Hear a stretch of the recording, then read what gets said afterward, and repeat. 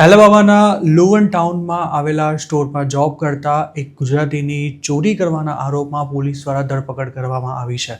આરોપીનું નામ રવિન પટેલ છે. તે રેડ રોક્સ નામના ગેસ સ્ટેશન પર જોબ કરતો હતો અને ત્યાંથી જ $2,173ની ચોરી કરીને ભાગ્યો હોવાની તેના ઓનર દ્વારા ફરિયાદ નોંધાવવામાં આવ્યા બાદ ગણતરીના કલાકોમાં જ રવિનને પકડી લેવાયો હતો.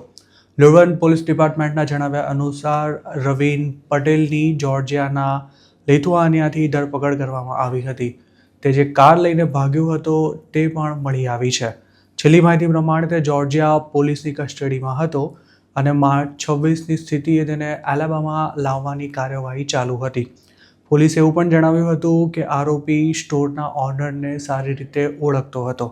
તેના પર કેશની ચોરી કરવાનો 3rd ડિગ્રી જ્યારે ટ્રકની ચોરી કરવા બદલ 1st ડિગ્રી ચાર્જ મૂકવામાં આવ્યો છે.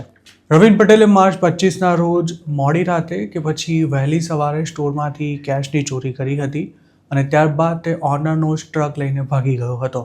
24 વર્ષના રવિન પટેલ સામે નોંધાવાયેલી પોલીસ ફરિયાદની કોપી પણ આઈ એમ ગુજરાતને મળી છે, જેમાં એવું જણાવાયું છે કે સ્ટોરના ઓનર પોતાના ઘરે સૂઈ રહ્યા હતા ત્યારે જ રવિન તેમના ટ્રકની ચાવી લઈને નીકળી ગયો હતો.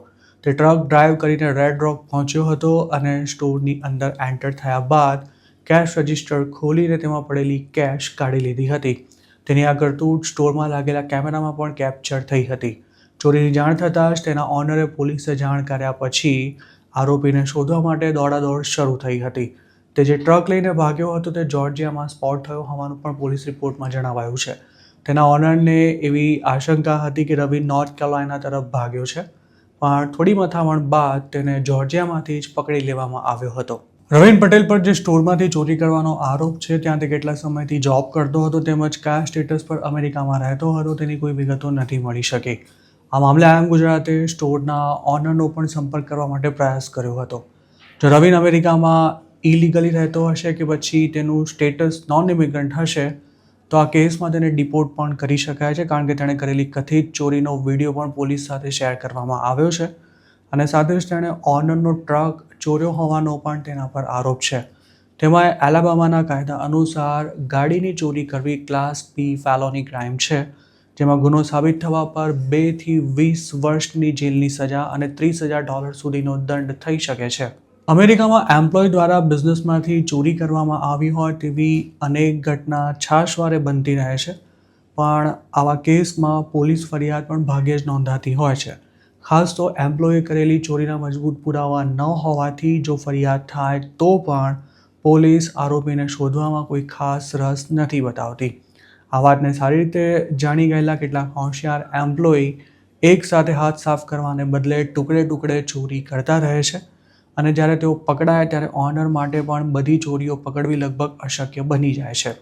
જોકે રવિન પટેલના કેસમાં તેણે રાત્રે સ્ટોર પર જઈ તેને ઓપન કર્યા બાદ ચોરી કરી હતી અને ત્યાંથી જ તે ઓનરની ગાડીમાં ભાગી પણ ગયો હતો, જેથી તેની સામેનો કેસ મજબૂત હોવાથી તેનું બચવું મુશ્કેલ છે. હજુ થોડા દિવસો પહેલાં જ સાઉથ કેરોલાઇનામાં પોતાનો સ્ટોર ચલાવતા એક ગુજરાતીને ત્યાં 3 વર્ષથી જોબ કરતો કલોલનો યુવક ટુકડે ટુકડે ટોટલ $1.80 લાખની ચોરી કરીને નાસી ગયો હોવાના સમાચાર આઈ એમ ગુજરાત પર પબ્લિશ થયા હતા અને આ કેસમાં પોલીસ ફરિયાદ પણ થઈ હતી, પરંતુ છેલ્લા 4 મહિનાથી ફરાર આરોપીને પોલીસ હજુ સુધી નથી શોધી શકી. અમેરિકામાં રહેતા ગુજરાતીઓના વોટ્સએપ ગ્રુપ્સમાં મોટેલ્સ કે પછી સ્ટોર્સમાં ચોરી કરીને ભાગી ગયા હોય તેવા લોકોના ફોટોગ્રાફ્સ સહિતની વિગતો પણ ઘણીવાર વાયરલ થતી હોય છે, પણ ક્યારેક એમ્પ્લોયને બદનામ કરવાના ઈરાદે પણ ઓનર્સ ખોટા આરોપ લગાવી તેમના ફોટોગ્રાફ્સ ફરતા કરી દેતા હોય છે.